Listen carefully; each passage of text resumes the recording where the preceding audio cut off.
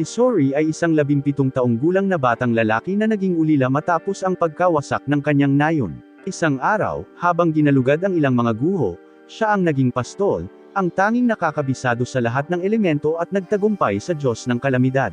Noong unang panahon, ang mga seraphim ay sinasamba ng sangkatauhan dahil ginagamit nila ang kanilang mga kapangyarihan sa apoy, lupa, tubig at hangin. Ang mga tao at mga seraphim ay namuhay ng magkakasuwato sa mahabang panahon. Ngunit ang mga tao ay nagsimulang mag-away sa isa't isa, na nagdulot ng kapahamakan, na nagbubunga ng mga negatibong emosyon at karumihan na kilala bilang malevolent.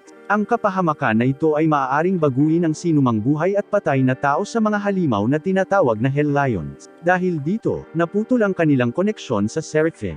Ang mga tao ngayon ay hindi na nakakakita o nakakarinig ng mga seraphim, at tanging ang marangal na tinatawag na pastol ang nakakakita at nakikipag-ugnayan sa kanila. Noong bata pa, nagkaroon si Sori ng isang aklat na tinatawag na The Celestial Record, at mula noon, nabighani siya sa mga sinaunang guho. Isang araw, nakipagsapalaran si Sori kasama ang kanyang matalik na kaibigan na si Mikleo, ang serapi ng tubig at nakahanap ng isang selyadong guho. Naniniwala siya na ang Selyed Ruin ay ang kabisera ng seraphim, kung saan ang mga tao at seraphim ay dating magkasama kaya nagpasya silang tuklasin ito. Ngunit lumitaw ang kanyang grap na si Zenris at pinagbabawalan silang tuklasin ang pagkawasak. Nang maglaon, sinabi niya kay Mikleo ang tungkol sa mga alamat na binanggit sa The Celestial Record of Shepherd's Arrival, kung kailan ang mundo ay nasa panganib na tulay ang koneksyon sa pagitan ng mga tao at seraphim. Ang dalawa ay lumabas sa mga guho, kung saan nakita ni Sori ang maraming sinaunang mural. Biglang tinakpan ng dilim ang ulap at tinamaan sila ng kidlat. Tumakbo sila at umiwas sa kidlat, ngunit parehong aksidenteng nahulog sa hukay, kung saan natagpuan nila ang isang walang malay na batang babae na nagngangalang Alicia. Matapos magising, tinanong ni Alicia si Sori kung siya ay isang pastol, at sinabi sa kanya na siya ay lubhang nangangailangan ng tulong ng pastol upang iligtas ang mundong nilalamon ng kadiliman mula sa mga kalamidad. Dinala siya ni Sori sa kanyang nayon, si Alicia. Humingi siya ng tulong sa mga serapin, kahit na hindi niya sila nakikita at naririnig. Ngunit ang kanyang pagsusumamo ay tila hindi narinig, na nagtatanong sa kanya ng mga alamat ng seraphim. Ang lahat ng mga taga-nayon at ang kanyang mga gramo ay nagtuturo kay Sori na pabalikan si Alicia bago siya magdala ng kalamidad sa kanilang nayon. But then he convinces Grams to let her stay because he wants to wait for her, help her. Sa mga sumunod na araw, ginugugol niya ang kanyang oras kay Alicia at nalaman niyang nakatira siya sa Lady Lake, ang kabisera ng Halland, kung saan ginaganap ang Legend of Sacred Blade Festival. Sa pagdiriwang na ito, lumalahok ang mga tao sa Trial of Blade, kung saan ang sinumang kumuha ng Sacred Blade ay magiging pastol, ngunit wala pang nag-alis nito hanggang ngayon. Isang araw, nalaman ni Sori na nawalan ng mga kaibigan si Alicia dahil sa kaguluhan sa mundo.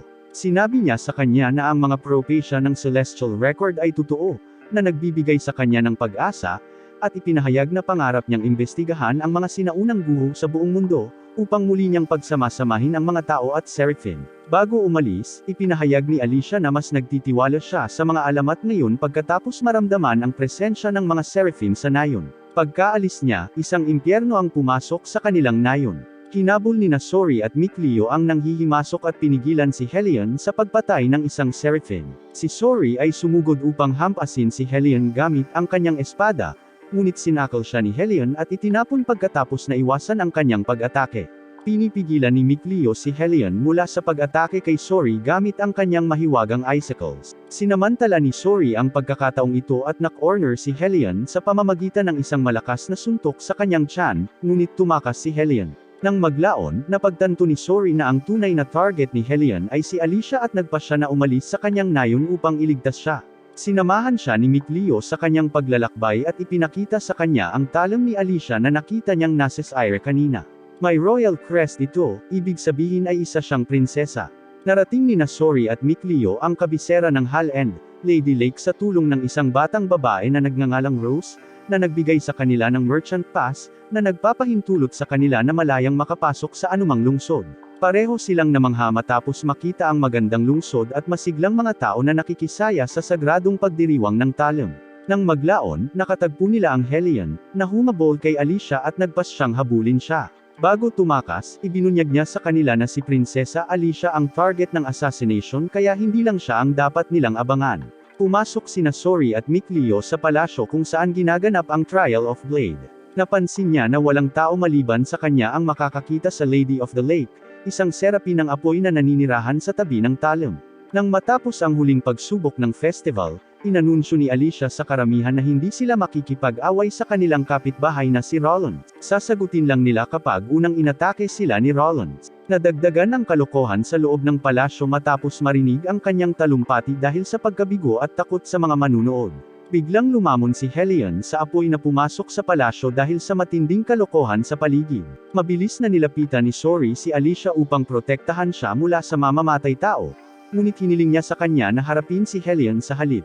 Tinanong ni Sori ang Lady of the Lake na nagngangalang Layla ngunit sinabi niya sa kanya na si Shepard lamang ang maaaring maglinis ng Hell Lions. Pagkatapos ay napagtanto niya na ang kanyang panaginip ay nakaayon sa kung ano ang dapat gawin ni Shepard at nagpas siyang bunutin ang talum, na bumubuo ng isang sinaunang kontrata kay Layla, na ginawa siyang sublord at siya ay isang sisidlan ng Shepard, ibig sabihin ay magagamit niya ang mga kakayahan tulad ng paglilinis, nakakaramdam ng kapahamakan, at iba pang kapangyarihang higit sa sangkatauhan sa pamamagitan ng pagtawag sa mga sub-Panginoon sa kanilang sinaunang pangalan na ibinigay niya.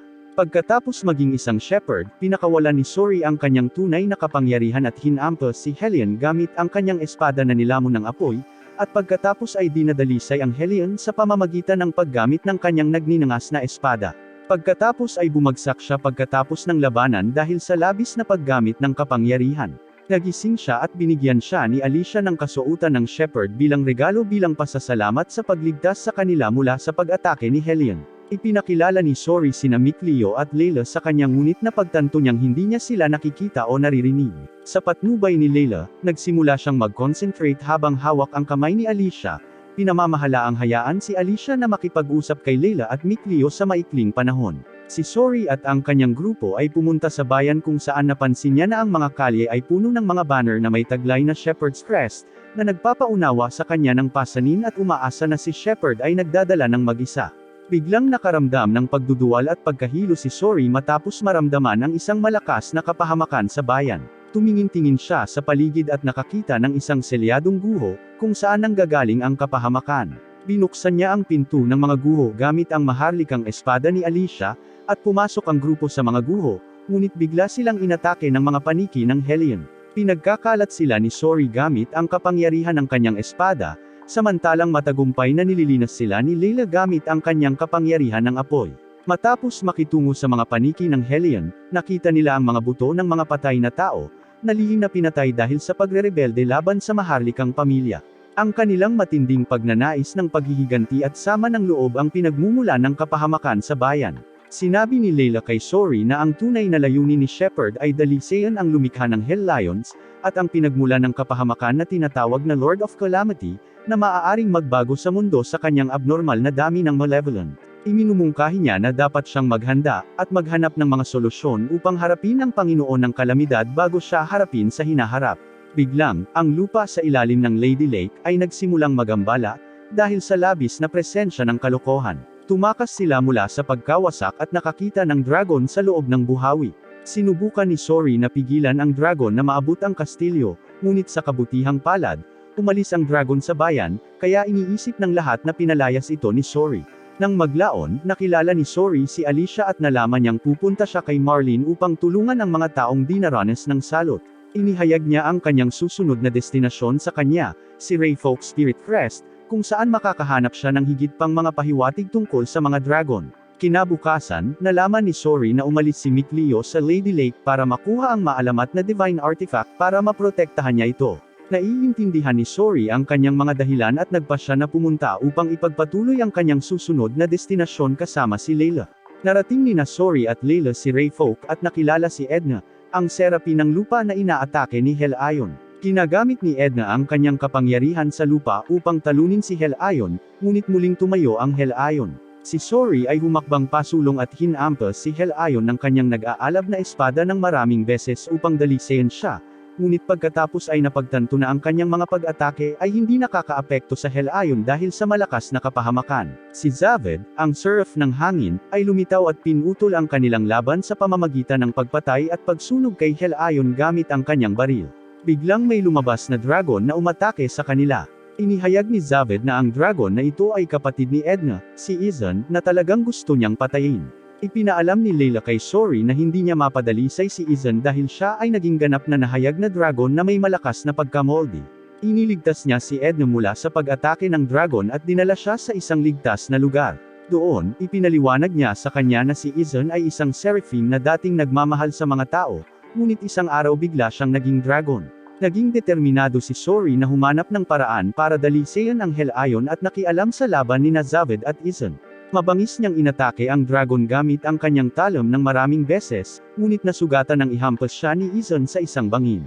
Sa kabila ng kanyang mahinang estado, nagmamadali siyang iligtas si Edna mula sa paghinga ng apoy ng dragon, ngunit napansin na tumigil si Izan sa paghinga ng apoy dahil nag-aalangan siyang salakayin ang kanyang kapatid at lumipad palayo sa pinangyarihan. Pagkatapos ng laban na ito, ipinangako ni Zaved na hindi niya papatayin si Izan maliban kung susuko si Edna sa pagbabalik sa kanya. Pumayag si Edna na bumuo ng isang sinaunang kontrata kay Sori para maging kanyang sub-Panginoon at bilang kapalit, dapat na humanap ng paraan si Sori para dalisayan ang kanyang kapatid. Ang tatlo ay pagkatapos ay nagtatakda sa kanilang susunod na destinasyon na Rollins, kung saan ayon sa mga alamat, ang mga tao ay sumasamba sa mga dragon bilang mga Diyos noong sinaunang panahon. Sa kanyang paglalakbay, nakilala ni Sori ang mga kasama ni Alicia at tinulungan sila sa pakikipaglaban sa isang Hell-Ion na nagdudulot ng bagyo. Si Sori ay bumubuo ng isang rock shield sa kanyang mga braso upang protektahan ang kanyang sarili at tinamaan ng Hell-Ion ng isang malakas na suntok habang iniiwasan ang pag-atake ng kanyang water ball. Biglang lumitaw ang isang batang dragon na tinatawag na Drake at nasugatan ng Hell-Ion sa pamamagitan ng pag-atake sa kanya. Ang mga batang dragon ay maaaring dalisayan, kaya pinapunta ni Sori ang kanyang pangwakas na suntok kay Hell-Ion at sumugod upang linisin ang Drake, ngunit ang Drake ay nakaalis. Nalaman ni Sori kung saan patungo ang Drake at pagkatapos ay pumunta sa Marlon. Napansin niya ang isang malaking halaga ng kapahamakan sa lungsod na ito at deduces na ang salot ay sanhi ng Drake. Nakilala ni Sori si Alicia at natuklasan na bumuti ang kanyang ugong. Madali nang marinig ng mga tao ang seraphim sa kanyang presensya. Si Alicia ay bumagsak sa kanyang harapan at sinabi sa kanya na tila walang gumagana sa pagpapagaling ng salot. Biglang lumitaw muli ang Drake na ngayon ay nasa bingit ng pagiging isang ganap na dragon. Hinarangan ni Sori ang mga bolang apoy ni Drake gamit ang kanyang espada at tumalon pasulong upang hampasin siya, ngunit inatake ng Drake si Layla gamit ang kanyang mga bolang apoy, na pinilit si Sori na ilagay ang kanyang sarili sa panganib para protektahan siya. Biglang lumitaw si Mikleo kasama ang kanyang banal na artifact, isang busog, at hinarangan ang apoy gamit ang mga kapangyarihan nito. Pumayag si Mikleo na bumuo ng sinaunang kontrata kay Sori. Nakakuha si Sori ng bagong buff form at ginamit ang kanyang bagong nakuhang bow para kunan si Drake gamit ang nagniningning na arrow nito, na matagumpay na nililinas siya. Nang maglaon, ipinaalam ni Alicia kay Sori na inutusan ni Konsehal Bartlow ang mga tropa na magmarcha patungo sa Glaven Basin, ang hangganan sa pagitan ng Hall-End at Rollins upang mag-udyok ng digmaan. Nagpasya si Sori na samahan si Alicia sa kanyang paglalakbay upang ihinto ang digmaan ngunit sinubukan siya ni Layla na pigilan, dahil ang digmaan ay magkakaroon ng maraming kapahamakan na likha mula sa kalungkutan at sakit, na maaaring bumalot kay Sori sa madilim na bahagi ng puwersa. Sa kanyang paglalakbay, nakasalubong ni Sori ang isang Hellenized na tao na puno ng kapahamakan dahil sa kasalanan ng pagpatay sa isang tao. Nililinas ni Sori ang Hellion ng tao at nagsimulang makaramdam ng sentimental sa proseso, ngunit ang pangyayaring ito ay nagpapalakas lamang sa kanyang pasya na itigil ang digmaan, dahil ayaw niyang mahulog ang mga tao sa kapahamakan at kapahamakan. Si Sori kasama si Alicia at ang kanyang mga tropa ay tumungo sa Glaven Basin. Sa kanilang paglalakbay, sinabi ni Sori kay Alicia na tutulungan lamang niya ito na pigilan ang pagsisimula ng digmaan upang magampanan ang kanyang tungkulin bilang isang pastol, ngunit kung sumiklab ang digmaan, hindi siya papanig ng sinuman. Kinagabihan, hiniling ni Mikleo kay Sori na magpahinga mula sa tungkulin ng kanyang pastol at inanyayahan siyang tuklasin ang isang malapit na guho. Matapos maabot ang Glaven Basin, nasaksihan ni Sori ang kaguluhan at pagkawasak ng digmaan, at nabigla siya nang makita kung paano nag-aambag ang libu-libong sundalo sa paglikha ng Hell-Lion sa kanilang kapahamakan. Si Sori ay nakakaramdam ng kakulangan sa ginhawa sa umaapaw na pagmamalabos, ngunit tumatalon pa rin sa larangan ng digmaan kasama ang kanyang mga sub-Panginoon upang linisin ang bawat Hellion. Una niyang hinampas ang Hell-Lions gamit ang kanyang nagninangas na espada para sunugin sila, at pagkatapos ay ginamit niya ang kanyang kapangyarihan sa lupa para suntukin sila gamit ang kanyang rock shield. Sa huli, inaatake niya ang Hell-Lions gamit ang kanyang Arrow Squall move, na nagpapaputok ng mga purification arrow sa lahat ng Hell Lions, at bilang resulta, matagumpay nitong nililinas ang bawat isa sa kanila.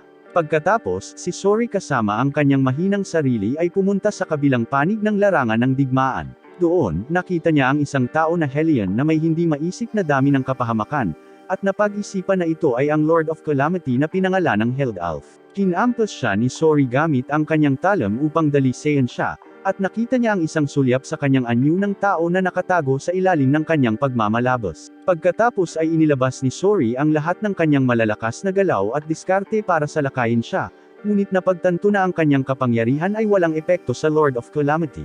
Ipinatawag ni Held-Alf ang hindi mabilang na mga Hell Lions at hinahamon siyang makaligtas sa kanilang kapahamakan. Sinubukan ni Sori na protektahan ang kanyang sarili habang ginagamit ang kanyang nagninangas na espada, ngunit nagsimulang mapagod pagkatapos subukang linisin ang hindi mabilang na dami ng Hell Lions. Sinimulan siyang kutsain ni Held-Alf, ngunit patuloy na lumalaban si Sori, habang sinasabing lilinisin niya ang buong mundo.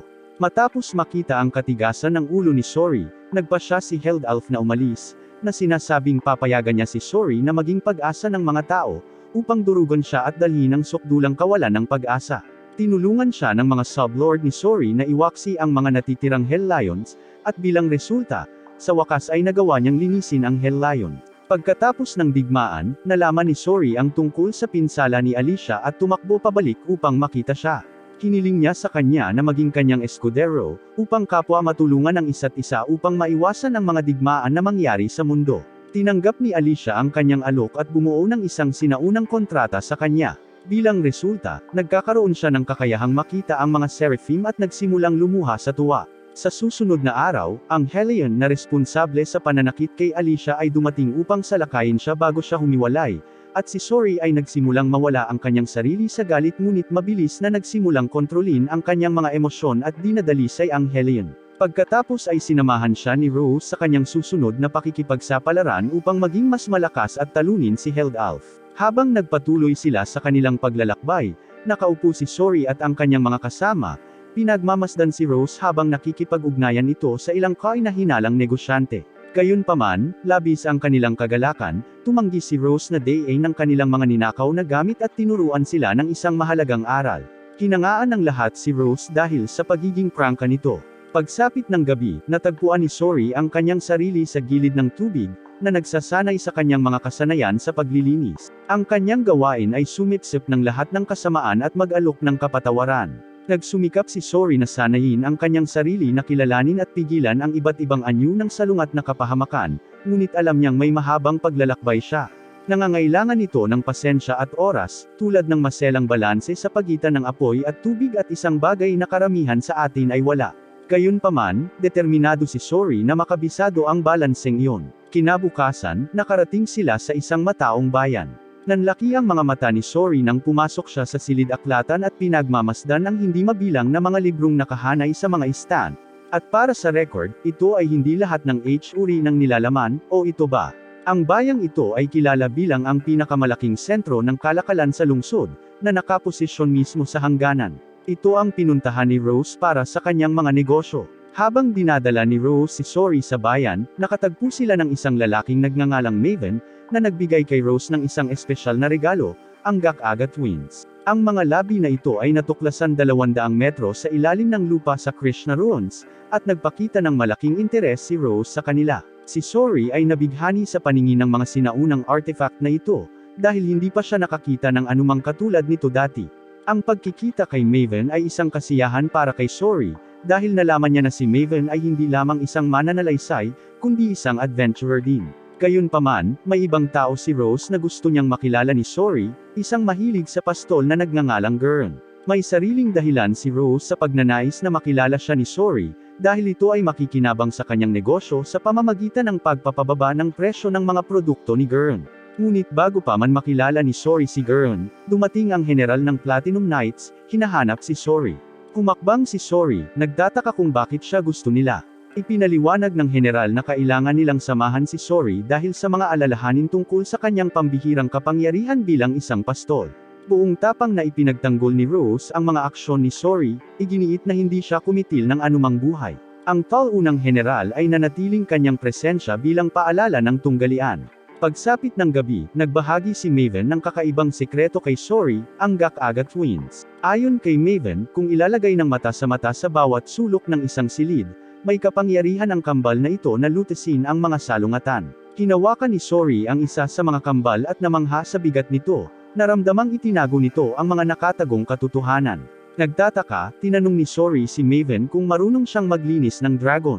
Bagamat hindi pa nakatagpo ng isa si Maven, ipinaliwanag niya na ang mga dragon ay umuusbong ng mas madalas dahil sa edad ng kalamidad at pagkawasak. Ibinahagi din ni Maven ang kwento ng nakaraang pastol na nag-isip kung ang pagtanggap ng isang kinakailangang kasamaan ay maaaring makapinsala sa mga tao. Gayunpaman, pagod si Sori sa pagsagot sa mga tanong. Sumama sa usapan ang lasing na general. Okay, I lied. Gusto niya lang uminom. Bueno, binanggit niya na imposibleng sagutin ang tanong dahil ang mga tao ay nabubuhay sa isang mundo na hindi nila kontrolado. Interesado si Maven sa mga salitang iyon, ang pagbanggit sa general ay may opinyon. Pagkatapos ay ipinaliwanag ng general na yumuko sa ilang pagkakataon upang panatilihing tuwid ang mga bagay. Patuloy siya sa pag-inom, malamang para makalimutan iyon at tumawa si Maven.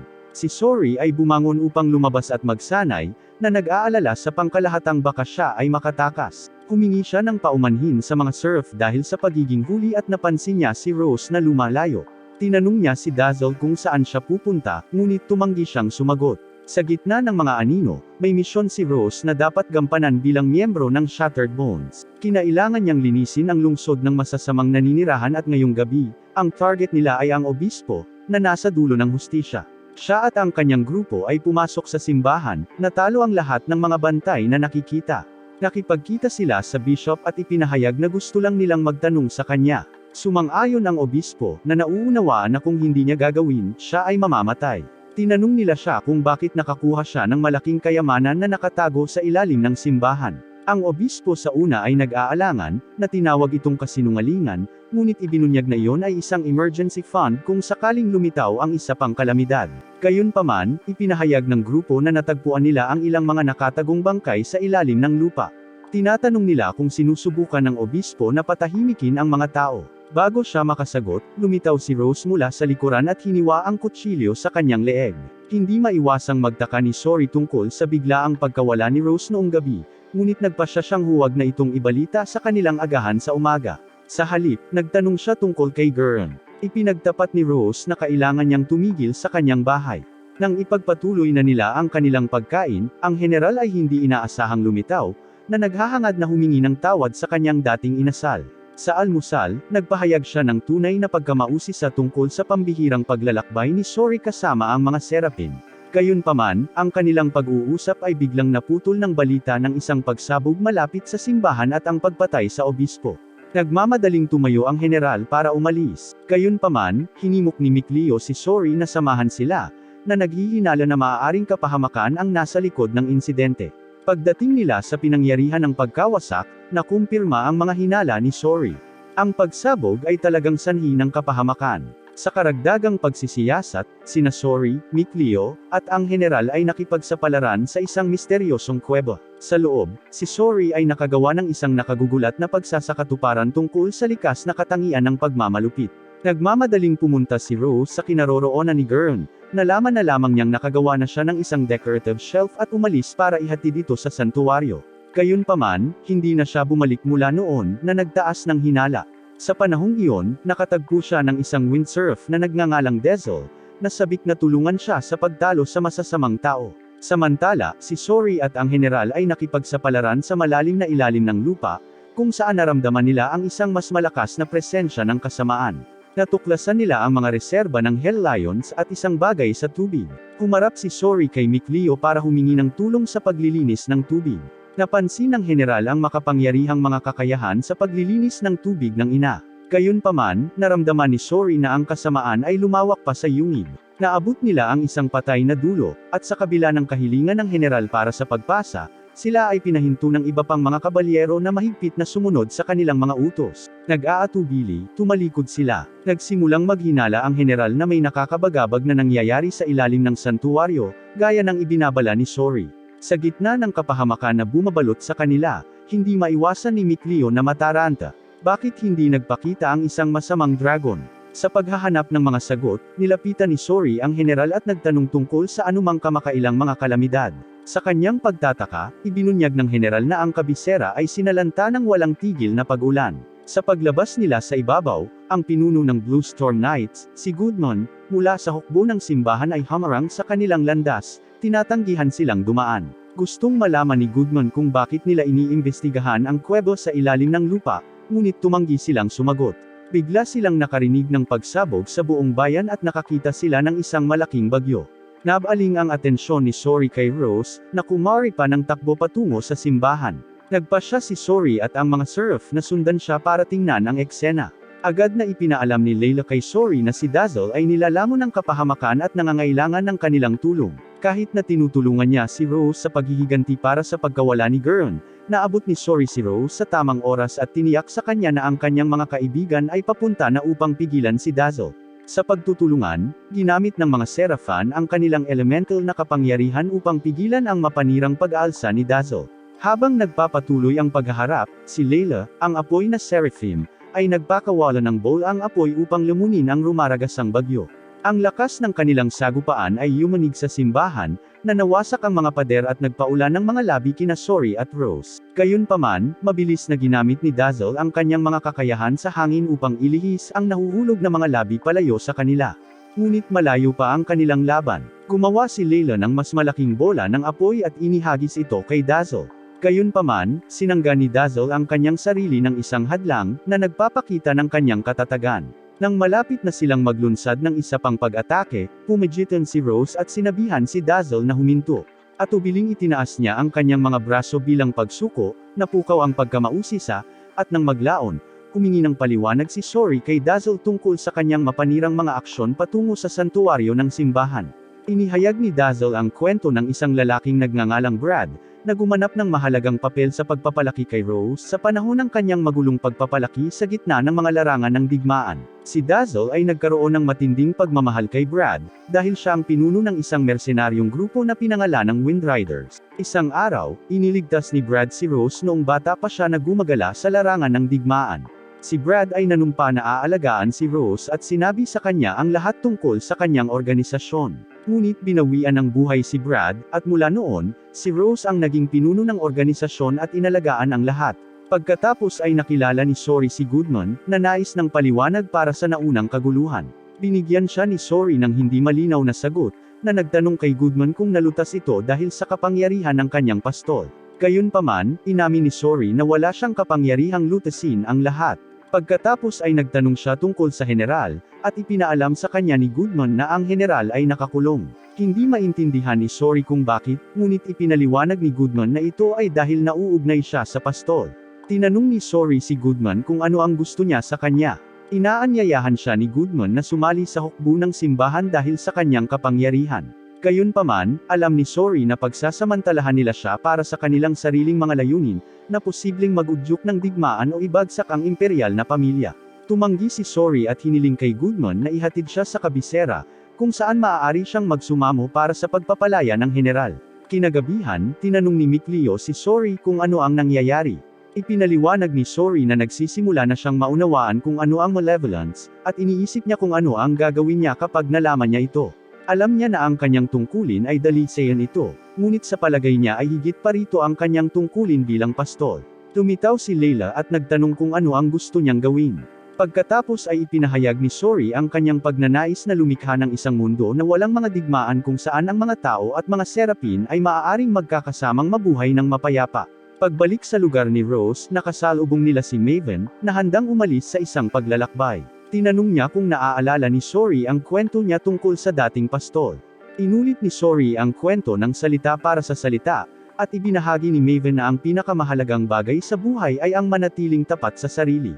Malaki ang pasasalamat ni Sori sa matatalinong salita ng 1,000 taong gulang na mananalaysay. Kinumpirma ng mga serapin na sila ay tapat sa kanilang sarili sa pamamagitan ng pagsunod sa pastol. Ibinunyag din ni Layla na si Alicia ay squire din ni Sori. Tinanong niya kung naririnig niya ang kanyang boses, na nagpapakita na dapat niyang marinig ang kanyang boses sa kabila ng distansya na naghihiwalay sa kanila. Gayunpaman, sa kabila ng kanyang mga pagsisikap, nakita ni Sori na imposibleng makamit ang koneksyon na ito dahil kailangan pa niyang patunayan ang kanyang kahalagahan bilang pastol. Samantala, natagpuan ni Alicia ang kanyang sarili na nahuli sa isang matinding labanan laban sa kanyang mga kaaway, na nahuli sa isang sorpresang pag-atake. Nilipol ang kanyang unit na iilan lamang ang naiwan na nakaligtas sa takot. Si Alicia ay inakusahan ni Lord Bartlow ng pagnanakaw sa gobyerno at binansagan bilang isang taksil. Determinado na parangalan ang sakripisyo ng mga taong nagbuwis ng kanilang buhay para sa kanyang kaligtasan, nangako si Alicia sa kanyang sarili at sa kanyang mga kasama. Sa pag-iisip sa mga salita ni Sori, nanumpa siyang lalakas at hahanapin ng hustisya para sa kanilang tinubuang bayan. Tuwang-tuwang ibinahagi ni Sori ang kanyang paglalakbay sa kabisera kasama si Rose at tinanong kung maaari itong sumama sa kanya. Sumagot siya na gusto niya, ngunit siya ay masyadong abala upang sumama sa kanila. Si Micleo, na curious kay Rose, ay nagtanong kung bakit parang sobrang attached sa kanya si Dazzle. Pinag-isipan ni Sori ang tanong na ito, iniisip kung anong mga sekreto ang hawak ni Rose. Habang pinagmamasdan nila si Rose at ang kanyang mga kasama na umalis, parehong nadama ni Sori at Micleo na may higit pa sa kanya kaysa sa alam nila. Sinundan ni Micleo si Rose, kasama si Edna, habang si Sori ay naglakbay kasama si Goodman sa kabisera. Sakay sa karwahe ni Rose, hindi inaasahang nakasalubong ni Micleo si Dazzle. Paliwanag ni Micleo, binabantayan niya si Dazzle dahil sa nangyari sa kanya noon. Sa turn, inihayag ni Dazzle ang katotohanan tungkol sa misyon ni Rose, na patayin ng prinsipe na nagngangalang Conan. Humingi ng hustisya si Rose at ang kanyang grupo para sa pagtataksil kay Brad at sa kanyang mga kasama, na naglalayong alisin ang lalaking responsable. Desidido si Edna na ipaalam kay Sori dahil naniniwala siyang walang sinuman ang karapat-dapat na mamatay.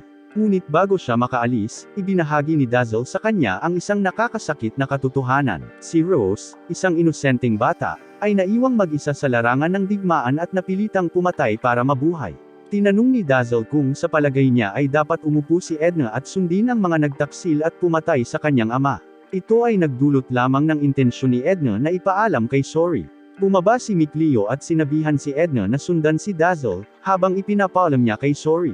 Samantala, narinig ni Sori, na nakasakay sa sariling karwahe kasama ang pinuno, ang boses ni Micleo. Si Rose at ang kanyang mga kasama ay mitiyagang naghintay ng tamang sandali para mag-atake, na pinupuntirya si Prince Conan kapag siya ay nag-iisa.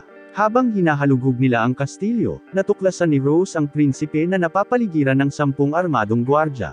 Napaupo si Sori na nag-aalala kay Micleo, hanggang sa bigla na lang niyang narinig ang boses nito. Sa pagkakataong ito ay mula sa kabayong tumatakbo patungo sa kanila. Walang oras na sayangin, kaya mabilis na nag-iwan ng note si Sori para sa pinuno at sumugod kay Rose. Sa ilalim ng takip ng kadiliman, pumasok si Rose at ang kanyang mga tauhan sa kastilyo upang tapusin ang kanilang misyon. Nang makalapit si Rose sa mga silid na natutulog ng prinsipe, dumating si Sori sa kastilyo. Ang oras ay tumatakbo out. Bumungad sa isipan ni Rose ang mga alaala ng walang buhay na mukha ni Brad habang inilalagay niya ang kutsilyo sa ibabaw ng katawan ng prinsipe. Walang pag-aalinlangan, tinamaan niya ang kanyang mahahalagang puntos. Sa sandaling iyon, pumasok si Sori sa silid at tinawag si Rose, ngunit sa kanilang pagtataka, hindi pa patay ang prinsipe. Tumayo siya at malupit na tinutuya si Rose habang dumating ang kanyang mga bantay para protektahan siya.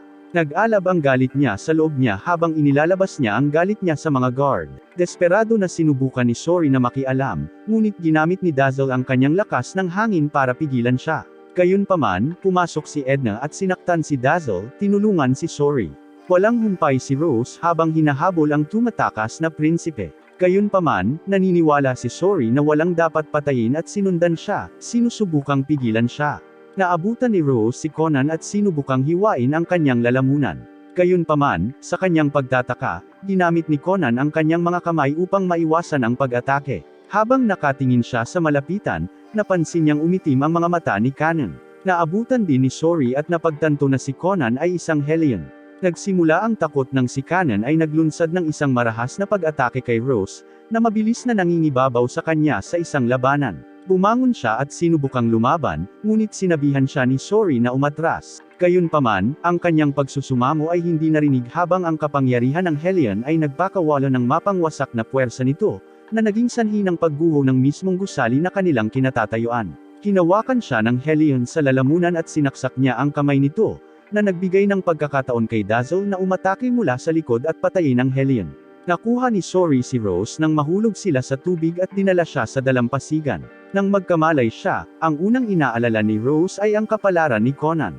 Sinabi ni Sori na sa palagay niya ay namatay si Conan nang mahulog siya sa lawa, ngunit ang determinasyon ni Rose na wakasan siya para sa kabutihan ay nanatiling hindi kumikibo. Gusto niyang sumisid sa lawa upang matiyak na patay na si Conan, sa kabila ng sinabi ni Sori na wala ng buhay si Conan. Nang malapit nang kunin ni Rose ang mga bagay sa kanyang sariling mga kamay, pumigitan si Dazzle, na pinipigilan siyang magpatuloy. Sumakay silang lahat sa isang karwahe, patungo sa kabisera, at tinanong siya ni Sori kung ang pagpatay sa isang tao ay mabuti. She answers that someone must do it dahil may mga taong karapat-dapat patayin. Sinamantala ni Sori ang pagkakataon na paliwanagan si Rose tungkol sa kapahamakan at ang malawak na epekto nito sa kanilang mundo. Ipinaliwanag niya na ang lahat, kabilang ang kanilang mga sarili, ay nabahira ng kapahamakan na ito dahil sa labis na kapangyarihan ng kanilang mga negatibong emosyon. Pagkatapos ay ikinwento ni Dazzle ang kanyang mapanganib na paglalakbay sa mga surf, na ibinahagi kung paano niya hinangad na suportahan si Rose sa pamamagitan ng pagiging isang sisidlan. Matapos ipaghiganti ang kalunos-lunos na pagkamatay ni Brad, naniwala si Dazzle na napakahalaga para kay Rose na tuparin ang mga huling kahilingan ni Brad. Sa madaling salita, tinawag lang niya itong puppet ni Brad para matupad ang kanyang layunin. Biglang huminto ang karwahe. Lumabas si Sori upang matuklasan na hinahanap ng Platinum Knights ang pastol sa ilalim ng utos ng general. Bagaman nag-aalangan si Rose na magtiwala sa kanila, tiniyak ni Sori sa kanya na magiging ayos lang ito. Ang mga gwardya ay tila nakahanay sa mga pananaw ng general at nag-alok na ligtas na i-escort si Sori palayo sa Blue Storm Knights. Habang sumasakay sila sa kabayo sa madilim na kagubatan, nakaramdam ng pagkabalisa kay Sori. Pakiramdam niya ay napuno ng kapahamakan ang kagubatan, dahilan para mabulok ito at kumalat ang katiwalian nito sa ibang mga lupain. Pinayuhan ng mga serf si Sori na sumulong sa halip na tangkaing linisin ang kasamaan. Biglang, isang malakas na bagso ng hangin ang dumaan sa kagubatan, ngunit ipinaliwanag ni Dazzle na ito ay isang natural na kababalaghan lamang na dulot ng pagmamalupit. Nang maramdaman ni Sori na tumitindi ang panganib, hinimok ni Sori ang kanyang mga kasama na magmadali sa dulo ng kagubatan. Desperado na tinanong ni Rose si Sori, iniisip kong ang lahat ng kanyang pagsusumikap ay nawala ng saysay. Ngunit si Sori, na hindi makahanap ng sagot, ay inamin lamang na habang kinikilala niya ang pagpatay bilang mali, hindi niya magawang kamuhian siya dahil dito. Si Rose ay nakaramdam ng kawalan ng lakas at ang kanyang labis na kalungkutan ay nagsimulang gumuhit ng kahalayan. Sinubukan siyang salakayin ng masasamang loob, ngunit ginamit ni Sori ang kanyang kapangyarihan upang protektahan siya.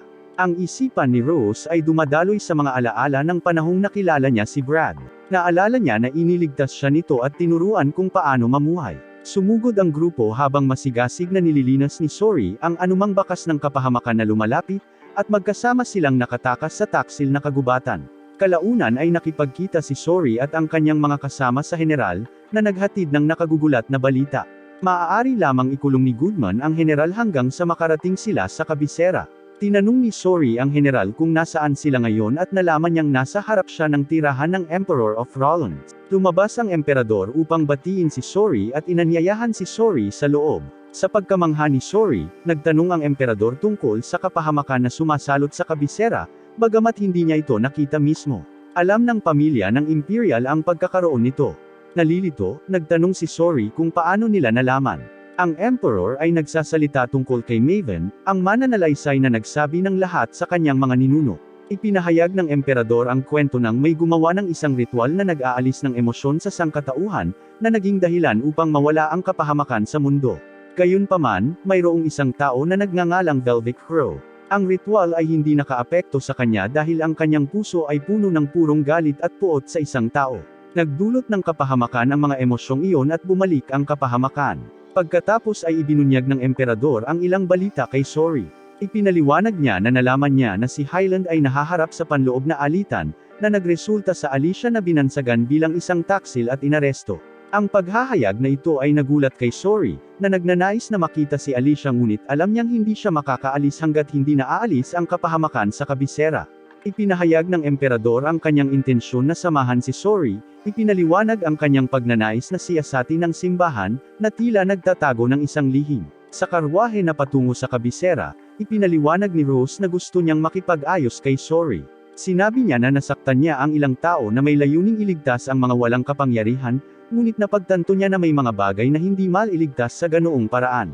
Alam niyang ang pinakamakapangyarihang kalaban nila ay ang pagmamalabas, ngunit hindi niya ito nakikita. Kaya, gusto niyang magsagawa ng Squire Pact sa kanya dahil, sa kabila ng kanyang kapangyarihan, hindi kayang gawin ni Sori ang lahat ng mag-isa. Ipinaalam ni Layla kay Rose ang mga panganib na kasangkot. Magkakaroon siya ng kapangyarihan sa pamamagitan ng pagsasagawa ng kasunduan kay Sori, ngunit, kung ang pastol ay mamamatay, gayon din ang eskudero. Ang paghahayag na ito ay nagdulot ng pagmuni-muni ni Sori kay Alicia, ngunit tiniyak sa kanya ni Layla na alam niya ang kondisyong ito at tinanggap pa rin niya ito. Binigyang diin ni Layla na mapapawi din ng isang eskudero ang kalokohan, na sapat na para kumbansihin si Rose na tanggapin ang papel. Kinailangan ni Sori na maingat na isaalang-alang ang panukalang ito, dahil ang pagdaragdag ng higit pang mga squirrels ay maglalagay ng karagdagang stress sa kanyang katawan. Gayunpaman, sa pagpasok sa kabisera, nakaramdam si Sori ng mabigat na puso at nahihirapang huminga. Hindi niya alam ang tungkol sa mga kondisyon ng Squire Pact at nais niyang gawin ito ng mag-isa. Habang papalapit sila sa simbahan, isang napakalaking pagmamalupit ang lumabas sa loob. Dumating ang papa upang batiin sila, na ipinagbabawal ang kanilang pagpasok sa simbahan. Gayunpaman, sapat na si Dezel at ginamit niya ang kanyang kapangyarihan para sirain ang pinto. Si Sori at ang mga serf ay nagmamadaling pumasok sa pinanggalingan ng kapahamakan. Sa kanilang pagtataka, natuklasan nila ang nabubulok na bangkay ng isang dragon. Nag-alinlangan si Sori, hindi sigurado kung malilinas niya ito. Binanggit ni Layla na ang espiritual na kapangyarihan ni Rose ay makakatulong sa kanya na linisin ito. Ngunit tumanggi si Sori dahil ayaw niyang ilagay sa panganib ang buhay ng isang tao. Si Rose, gayunpaman, ay humakbang ng buong tapang, na ipinahayag ang kanyang pagnanais na maging kanyang eskudero sa kabila ng lahat ng panganib. Si Layla ang nagsagawa ng Squire Pact Ritual, na nagbigay kay Rose ng kapangyarihan na makita at mapuksa ang kapahamakan. Sa sandaling matapos ito, tumingin si Rose sa dragon at natakot nang makakita siya ng kapahamakan sa unang pagkakataon. Sinimulan itong linisin ni Sori, ngunit sinubukan itong pigilan ng kasamaan. Humingi siya ng tulong kay Rose. Pinag-isa nila ang kanilang mga puwersa, ngunit sinubukan silang salakay ng masamang hangarin mula sa mga gilid. Sa kabutihang palad, ang mga serf ay humarap sa mga pag-atake, na nagpapahintulot kay Rose at Sori na pagsamahin ang kanilang mga kapangyarihan upang matagumpay na linisin ang dragon at ihinto ang walang tigil na ulan. Nakaramdam si Rose ng pagod matapos ang paglilinis. Binuksan niya ang kanyang mga mata at nakita si Dezel sa unang pagkakataon, ngunit pagkatapos ay tumutok siya kay Sori, sinabi sa kanya na humanga siya na nag-iisa itong naglilinis ng kapahamakan. Ngunit biglang narinig ng dalawa ang boses ni Aisha. Sinabi niya sa kanya na siya ay nasa labas ng Lady Luck, na ikinagulat ni Sori dahil inakala niyang siya ay naaresto. Ipinaliwanag niya na ito ay isang kasinungalingan, ngunit kinumpirma niya na siya ay inakusahan ng pagiging isang taksil. Ibinunyag niya na ang sitwasyon ay kakilakilabot at kailangan niya ang kanyang kapangyarihan upang harapin ang masasamang buhawi. Sa kabila ng kanyang tungkulin bilang isang prinsesa na tulungan ang kanyang mga mamamayan sa resulta, dumating ang hukbo upang kunin siya. Gayunpaman, ang kanyang tapat na mga kasama ay buong tapang na humakbang upang ipagtanggol siya. Bago gumawa ng anumang pag-atake, isang nagbabantang Hellion ang lumitaw at mabilis na nilamon ang buong hukbo. Sina Aisha at ang kanyang mga kasama, na nag-aalaga sa mga nasugatan, ay sinamantala ang pagkakataong makatakas. Habang buong tapang na pinangangalagaan ni Aisha ang isang nasugatan na individual, nilapitan siya ng Hellion. Tulad ng tila na wala ang lahat ng pag-asa, isang misteryosong serapin ang tumulong sa kanya. Ipinakilala ang kanyang sarili bilang Zavade, ipinahayag niya na ang isang dragon ay nakahanda ng bumaba sa lungsod dahil sa lumalalang sitwasyon. Alam niyang huli na ang paghihintay kay Sori, taglay ni Zavade ang perpektong sandata para labanan ang banta ng dragon. Nakatanggap si Aisha ng nakakagulat na balita, ang kanyang tagapagturo ay nahaharap sa isang malagim na kapalaran, pagpapako sa krus sa pampublikong pagpapakita. Upang maligtas siya, binigyan siya ng dalawang pagpipilian, alinman sa pagtataksil sa kanyang sariling mga tao at patayin sila o upang bigyan ang kanyang sarili ng ilang oras at payagan ang kanyang tagapagturo na mapahamak. Sa malalim na pag-iisip sa tabi ng matahimik na lawa, napagtanto niyang may tungkulin siyang gampanan bilang prinsesa. Determinado, nangako siyang iligtas ang kanyang tagapagturo sa ilalim ng takip ng kadiliman nang hindi nagdudulot ng pinsala sa sinuman. Sa sobrang galit, ginaising ni Rose si Sori at agad siyang sinenyasan palabas. Nang tumingin siya sa unahan, nanlaki ang kanyang mga mata nang makita ang isang napakalaking buhawi na patungo sa lungsod ni Aisha. Alam ni Sori na si Aisha ay nasa matinding panganib at nagmamadaling naghanda na umalis ng maaga upang tumulong. Sa pagpasok ni Aisha sa kastilyo, nakaharap niya ang mga gwardya, ngunit walang pag-aalinlangan. Siya at ang kanyang magigiting na mga kasamahan ay mabilis na nakalusot sa kanilang mga depensa. Samantala, sinundan ni Sori at ng iba pa ang buhawi, desperadong sinusubukang abutin ang hindi kapani-paniwalang bilis nito habang tumatakbo ito patungo sa lungsod. Gayunpaman, habang sabik na hinihintay ng Panginoon si Aisha na iligtas ang kanyang tagapagturo, napagtanto niyang malapit na ang oras. Hindi lumapit sa kanya si Aisha. Sa sandaling napagtanto, alam ni Sori na kailangan niyang dalisayan ang buhawi. Nararamdaman niya ang napakalaking kapahamakan sa loob ng taong kumokontrol dito. Ang ilang mga individual ay maaaring makatiis at sugpuin ang gayong kadiliman, habang ang iba ay sumuko sa kapangyarihan nito. Maaninag pa ni Sori ang napakalaking hugis na nakatago sa loob ng buhawi, isang nakakatakot na hayop. Ang mga dragon ay palaging napatunayang imposibleng linisin, dahil walang sinuman ang nang-ahas na harapin ang hamon. Pero ngayon, walang choice si Sori. Kinailangan niyang harapin ang halimaw, kahit na nangangahulugan ito na ipagsapalaran ang sarili niyang buhay para matupad ang kanyang mga pangarap. Habang nasaksihan ni Layla ang determinasyon ni Sori, hindi niya maiwasang makaramdam ng matinding kagalakan. Habang naglalakbay si Aisha sa kastilyo, nakatagpo siya ng maraming hamon sa daan. Sa kabila ng mga hadlang na ito, nagtiyaga siya at sa huli ay narating niya ang silid ng kanyang ama. Si Aisha ay dumating upang personal na makiusap sa kanyang ama na wakasan ang patuloy na labanan, umaasang wakasan ang masamang damdamin na nagdudulot ng kalituhan sa lupain. Habang papalapit siya sa kanyang ama, hindi niya maalis ang pakiramdam ng paparating na panganib. Binalaan siya ng intuition ni Aisha tungkol sa isang papalapit na dragon. Gayunpaman, bago niya matugunan ang kanyang mga alalahanin, ang Panginoon ay biglang pumasok sa mga silid, na inakusahan si Aisha ng pagtataksil at kahit na sinubukang patayin ang hari. Si Aisha, na ayaw makipag-away, ay nasulok ng nagbabantang espada ng Panginoon. Kung paanong ang sitwasyon ay tila mahirap, ang hari ay buong tapang na namagitan, isinakripisyo ang kanyang sarili upang iligtas ang buhay ni Aisha. Gayunpaman, ang Panginoon ay nanatiling walang humpay, determinadong ibaling ang mga tao laban sa kanya. Ngunit ang kanyang masasamang motibo ay nalantad sa lalong madaling panahon nang ang kanyang tunay na anyo ay inihayag sa kanyang sariling mga tauhan. Naging malinaw na siya ang may pananagutan sa pagpatay sa hari. Nang walang mapagtataguan, tumalon ang Panginoon mula sa bubong ng kastilyo, nabasag ang kanyang harapan. Nasaksihan ni Aisha ang isang pambihirang tanawin, ngunit pakiramdam niya ay wala siyang lakas na kumilos. Biglang lumitaw ang isang buhawi, para lamang kumalat at magpakita ng nakakatakot na dragon na humihinga ng apoy. Sa sandaling iyon, narinig niya ang boses ni Sori na tumatawag sa kanya, humihingi ng tulong sa kanya bilang kanyang squire. Ang mga serf ay buong tapang na nakikipaglaban sa masasamang nilalang na kilala bilang Hell Lions, ngunit kailangan ni Sori na linisin ang dragon. Ito ay isang hindi pa nagagawang gawa, at ang mundo ay nagpigil ng hininga, naghihintay para sa isang mito na masira. Mahusay na ibinaba ni Niklia ang dragon, at bumaling si Sori kay Rose para humingi ng tulong. Habang nakatuon si Sori sa paglilinis ng hayop, nahirapan si Rose sa bigat ng pasaning.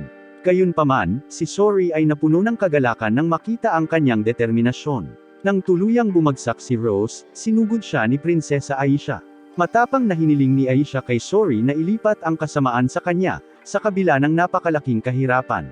Magkasama silang nagtiyaga, nakatayong matatag sa likuran ni Sori. Sa isang huling surge ng determinasyon, matagumpay na nadalisay ni Sori ang dragon. Ang imposible ay nakamit. Gayunpaman, bago sila makapagsaya sa kanilang tagumpay, dumating ang isang messenger na may dalang malubhang balita. Ang Panginoon ng Kapahamakan ay nakahanda upang lumunin ang mundo sa kasamaan. Matapos ang paglilinis, isinugod sina Rose at Aisha sa ospital, ngunit nanatili silang walang malay sa loob ng 9 na mahabang araw. Ang kanilang mga katawan ay nagtiis ng matinding pagod. Naramdaman ni Sori ang kanilang pakikibaka at ipinaalam sa mga serapin na sa wakas ay nagising na sila.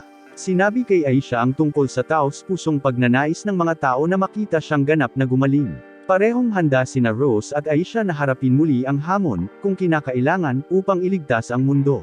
Samantala, si Dezel ay nakibahagi sa isang matinding labanan laban kay Simon, ang tulong ng Panginoon ng Kapahamakan. Natuklasan ito ni Sori at nakiusap kay Dezel na huminto na, ngunit determinado si Dezel na ibunyag ang katotohanan. Ipinahayag sa kanila ni Simon na ang Panginoon ng Kapahamakan ay hindi titigil sa anuman upang isagawa ang katapusan ng mundo. Dinala niya si Sori at ang iba pa sa lugar kung saan naninirahan ang Panginoon, na napapaligiran ng mga taong natupok ng kasamaan. Ang lumalagong kasamaan sa Hilaga ay nagbanta na kumalat sa iba pang bahagi ng mundo. Palibhas ay nabigla sa mga nakakatakot na prospect na ito, bumagsak si Sori sa lupa. Binalaan sila ni Simon muli bago nawala sa hangin. Determinado si Sori na tumungo sa Hilaga, at sa kanyang sorpresa, ang mga Serapin ay sabik na sumang-ayon na samahan siya sa kanyang paghahanap. Si Layla, isang pinagkakatiwalaang kaalyado, ay nagsiwalat na ang aklat na pinagkakatiwalaan ni Sori ay talagang naiwan ng dating pastol. Iniabot sa kanya ni Layla ang isa pang libro, The Celestial Records, na naglalaman ng mga hinahangad na lihim ng mundo na walang humpay na hinabol ni Michael. Habang nagsimulang magbasa si Sori, natuklasan niya ang simula ng panahon ng kalamidad gaya ng inihula ng emperador. Habang naghahanda si Sori para sa kanyang paglalakbay, nilapitan siya ni Aisha na may determinasyong samahan siya. Sa kabila ng responsibilidad ng muling pagtatayo ng kanyang lungsod, ipinagkatiwala ni Aisha ang kanyang tagapagturo na pangasiwaan ang gawain habang sinisimulan niya ang mahalagang misyon na ito. Magkasama, nagsimula sina Sori at Aisha sa kanilang pakikipagsapalaran, at habang nasa daan, tinulungan sila ng mga taong mabait na sabik na suportahan ang batang pastol. Sa madilim at taksil na mga gabi, si Sori ay walang kapagurang nagsasanay upang maging mas malakas. Sa pagsulong ng kanilang paglalakbay, ang matapang na general at matalinong pinuno ay nakiisa rin sa kanilang misyon. Ang mga posibilidad ay mabigat na nakasalansan laban kay Sori, ngunit alam nilang kailangan nilang ibigay ang lahat para talunin ang mabigat na Lord of Calamity. Sina Rose at Aisha, bilang mga dedikadong Square Race, ay inatas ang subukan ang kanilang Armanization. Ang makapangyarihang anyo na ito ay nagpapahintulot sa mga tao at mga Serapin na pagsamahin ang kanilang lakas sa labanan. Ito ang trump card ng pastol, ngunit ito ay may malaking panganib para sa mga Square Race. Gayunpaman, determinado si Dezel na galugarin ang bawat daan upang lumakas bago humarap sa Panginoon ng Kalamidad. Habang nakikipagsapalaran sila sa larangan ng Armanization, kapwa sina Rose at Aisha ay nabalot ng matinding pagod. Ang mga serf, na nagbabantay sa kanila, ay kailangang ganap na ibahin ang anyo sa mga sandata, habang ang mga Square Race ay nagsilbing baterya ng baril. Sa paglalakbay, balis ang tinanong ni Dezel si Simon kung ipinagkanulo niya ang Panginoon upang bigyan sila ng babala. Ang Panginoon ay hindi mapigilan, at hindi siya titigil sa anuman upang makamit ang kanyang mga layunin. Sina Rose at Aisha ay nagsasanay pa rin ng husto sa sining ng Armanization. Kinailangan nilang isipin ang sandata at hanapin ang perpektong balanse upang magtagumpay, ngunit ito ay nagpapatunay na isang hamon. Sa kabila ng kahirapan, tumanggi silang sumuko. Matapos basahin ang pangalawang Celestial Record, natuklasan ni Sori ang isang kahangahangang kapangyarihan na maaaring lumikha ng buong mundo. Ang pinagmulan nito, nakilala bilang Wellspring, ay nasa Hilaga.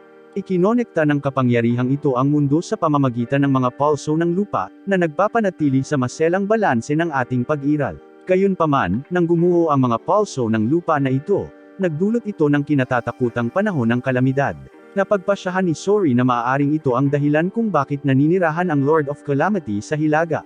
Habang nagpapahinga sila sa gabi, biglang nagising si Sori sa matatamis na sigaw ni Rose. Dahil sa gulat, mabilis siyang bumangon mula sa pagkakahimbing nang matuklasan niya ang mga masasamang nilalang na bumubuhos mula sa kabilang bahagi ng bundok. Sa madaling paraan, dinalisay sila ni Mikleo, na nagudyok kay Sori na utusan ang lahat na mabilis na tumawid sa bundok. Sa paglipat ng pasulong, ang hamog ay lalong lumalim, na nakakubli sa kanilang paningin at pinipilit silang manatiling magkalapit. Ang kasamaan sa hangin ay nagdulot ng isang mapanganib na banta sa kanilang lahat. Biglang, isang clearing ay nagsiwalat ng isang nakamamanghang tanawin, isang pulutong ng mga maruruming dragon na pumailanglang sa kalangitan. Ang mga ito ay dating marangal na seraphim, na napinsala ng kadiliman. Alam ni Sori na kailangan niyang linisin silang lahat, isang gawain na nagpapahiwatig ng presensya ng kinatatakutang Panginoon ng Kalamidad. Ang mga seraphim ay nagrally sa tabi ni Sori, na nagbigay ng kanilang tulong sa mga pagsisikap sa paglilinis. Dahil sa inspirasyon ng kanilang katapangan, hiniling ni Rose kay Dezel na i-armatize siya, na matagumpay na pinagsama ang kanilang mga kapangyarihan. Si Alicia, masyadong, ay nagnanais na makibahagi sa pambihirang pagsasanib na ito at, sa kanyang kasiyahan, nagtagumpay siya. Magkasama, sinamahan nila si Sori sa kanyang misyon na linisin ang mga nabubulok na dragon at talunin ang napipintong banta. Muling lumitaw si Simon, na nagdulot ng kalituhan sa pamamagitan ng pagsira sa isa sa mga karwahe. Humingi siya ng mga sagot mula sa Panginoon, na obligado. Sa pagtatanong tungkol sa kinaroroonan ng pastol, hiniling ng Panginoon ang kapahamakan kay Simon na isakripisyo ang sarili sa kasamaan. Nakakagulat, kusa niyang tinanggap ang kapalarang ito, na naging isang galit na dragon. Habang nasaksihan ni Sori ang presensya ng Panginoon ng kapahamakan sa harap niya, nalaman niya ang intensyon ng Panginoon na bumaba sa kailaliman ng lupa at ipagdiwang ang kapahamakan. At ganoon din, ang Panginoon ay naglaho sa manipis na hangin. Napagtanto ang bigat ng sitwasyon, inutusan ni Sori ang lahat na ituloy ang Panginoon. Samantala, si Rose, na nagsilbing sisidlan ni Dazzle, ay bumagsak, ang kanyang katawan ay nanginginig. Determinado na tulungan ang kanyang paggaling, ginamit ni Sori ang kanyang proteksyon sa pagpapagaling. Para naman kay Dazzle, hinanggad niyang harapin ang mga dragon at linisin ang mga ito. Nagsusumikap na matupad ang hiling ni Rose para sa isang perpektong mundo. Kinuha ni Dazzle ang baril ni Zavade, na kinilala ito bilang pinakahuling sandata para sa paglilinis. Dumating ang grupo sa isang hilagang bayan, naghahanap ng kanlungan mula sa blizzard at umaasa na matuklasan ang pulso ng lupa sa kabila. Si Sori, na dala ng pag-uusisa, ay lumapit kay Layla at nagtanong tungkol sa Innominat at sa 5 Panginoon, na iniisip kung sila ang may pinakamataas na ranggo sa mga Seraphim. Ang punto ng pulso ng lupa ay nakatayo bilang isang kilalang templo, hindi nagkataon na ang Panginoon ng kapahamakan ay nakatago doon. Naunawaan ni Sori na upang wakasan ang walang tigil na pakikidigma at masamang damdamin, dapat silang matuto mula sa nakaraan. Hindi sinasadyang narinig ni Rose ang plano ni Dazzle na iwan siya sa bayan para sa karagdagang paggaling. Ngunit ang kanyang determinasyon na tulungan ang pastol at linisin ang mundo ay nanatiling hindi natitinag. Siya ay kusang loob na mag-armatize kung kinakailangan. Sa panaginip, nakita ni Sori ang isang misteryosong babae na gumagabay sa kanya patungo sa landas na kanyang pinaniniwalaan. Nang magising siya, napuno ng blood moon ang kalangitan, at agad niyang nakilala kung sino ang kinakatawan nito. Ito ay isang palatandaan na oras na para sumulong, upang harapin ang mga hamon sa hinaharap. Ang mga Seraphim, ang pastol, at ang mga escorter ay binigyan ng pahintulot na makipagsapalaran sa kabila ng puntong ito, dahil ito ay isang mahirap na landas na tatahakin ng mga tao.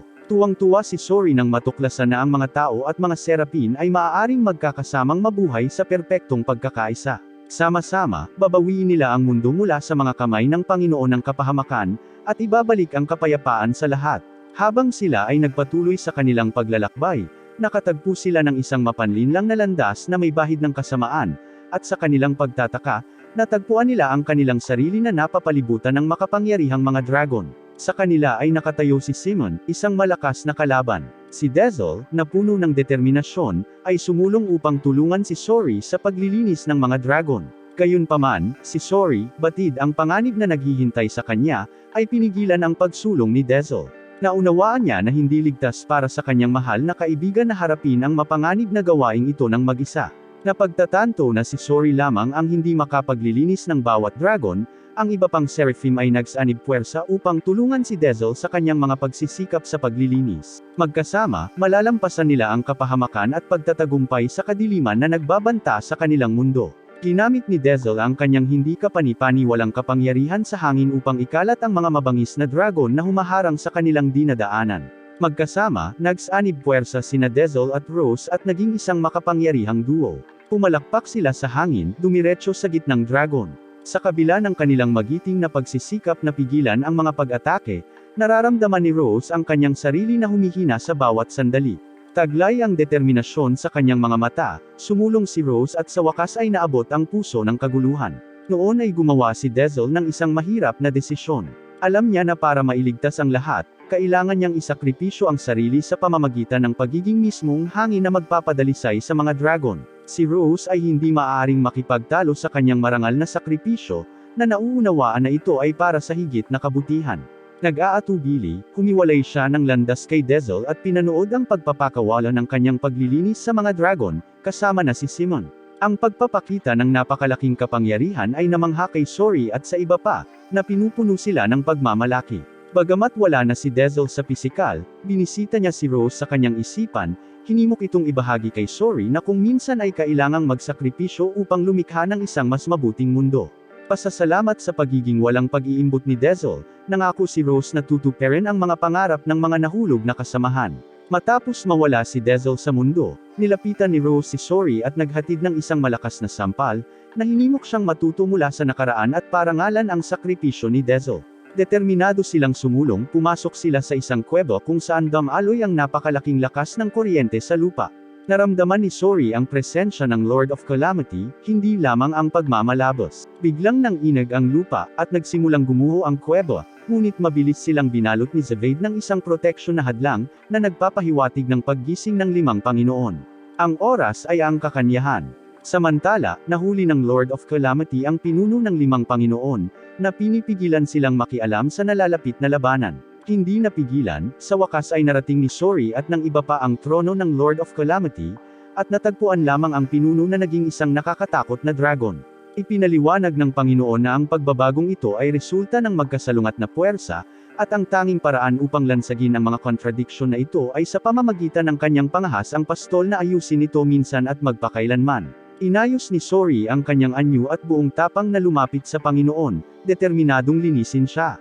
Ngunit laking gulat niya, pinigilan ng Panginoon ang bawat pagsisikap niya. Biglang nakita ni Sori ang kanyang sarili na nakatayo sa isang malawak na bukid, na nakaharap kay Master Michael, ang dating pastol. Sila ay dinala pabalik sa orihinal na nayon, sa kaibuturan ng mga alaala ng Lord of Calamity. Sa isang twist ng kapalaran, sina Michael at Heldalf, ang Lord of Calamity, ay dating magkaibigan. Pinangarap ni Michael na pagsamahin ang mga tao at Seraphim sa isang mapayapang nayon, at humingi siya ng tulong kay Heldalf. Gayunpaman, ang kanilang mga pangarap ay nasira nang sumiklab ang isang mapangwasak na digmaan, kung saan si Heldalf ang nasa gitna ng kaguluhan. Hinarap siya ng pastol, nagtatanong kung paano niya pinahintulutan ang gayong pagkawasak. Napagkanulo, nalaman ni Michael mula sa pinuno ng 5 Lords na siya ay nilamon ng kadiliman, at tanging ang hinaharap na Lady of the Lake ang may hawak ng kapangyarihang linisin siya. Nasaksihan ang pagkawasak na dulot ni Heldalf, isinumpa siya ni Michael sa isang walang hanggang buhay na nag-iisa. Sa isang maigting na sandali, nasaksihan ni Sori ang sukdulang sakripisyo ni Michael nang ibigay niya ang kanyang buhay para sampain si Heldalf. Ang masamang hangarin na unang nagugat sa puso ni Heldalf ay lumago sa paglipas ng panahon, na naglabas ng isang edad ng kalamidad. Ngayon, tumayo si Sori bilang huling pag-asa para dalisayan si Heldalf at ibalik ang kapayapaan. Naunawaan ng Panginoon na ang kalungkutan ni Heldalf ay nagtulak sa kanya sa kabila ng pagtubos, ngunit ipinaalala ng mga serf kay Sori ang kahalagahan ng mutual support sa mga tao. Gayunpaman, tinanggihan ni Heldalf ang paniwala na ito, ang kanyang hitsura ay binaluktot ng isang walang hanggang sumpa at ang patuloy na lumalagong kasamaan. Habang inilunsad ni Sori ang kanyang pag-atake, pilit siyang napaatras, napagtanto na hindi niya kayang linisin si Heldalf ng mag-isa. Ngunit pagkatapos, isang napakatalino na ideya ang sumalubong sa kanya, pagsasamahin niya ang mga kapangyarihan ng lahat ng mga elemental na serf. Si Zavade, ang Wind Serf, ay pumasok din sa isang kontrata kay Sori.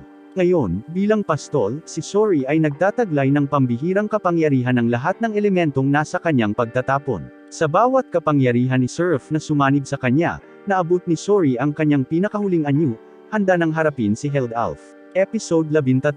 Kahit na ang pagsasama sa kapangyarihan ng lahat ay masyadong mapanganib para kay Sori, tumanggi siyang sumuko.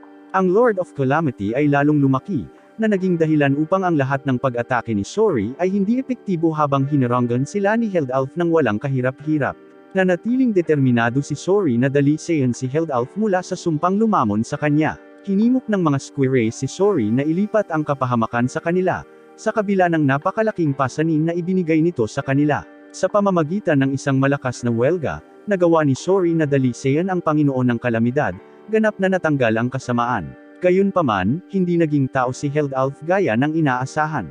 Biglang sumabog ang kapahamakan mula sa lupa, na bumubuhos sa walang laman na sisidlan ng Panginoon ng kapahamakan. Lalong lumakas si Heldalf, pinalakas ng walang limitasyong reserba ng kapahamakan. Ang mundo ay nanginginig sa takot, dahil ang lahat ay nag-aalala na ito ay matupok ng kasamaan. Ngunit tumanggi si Sori na sumuko. Napagpasyahan niyang aisil si Heldalf ng mas malalim kaysa sa mismong pulso ng lupa. Sa isang mapangahas na plano, pinili ni Sori na samahan si Heldalf, ginamit ang oras para pakalmayan ang kanyang galit at subukang linisin siya. Mataas ang pusta, ngunit nanatiling hindi natitinag ang determinasyon ni Sori. Ito ang tanging paraan para pumunta si Sori, at ang iba ay magpapakalat ng salita. Sa isang huling armatization, buong tapang na itinulak ni Sori ang Lord of Calamity sa nagninangas na lava at malalim sa ilalim ng lupa. Naniniwala siya sa isang daigdig kung saan maaaring mabuhay ng mapayapa si Seraphim at ang mga tao.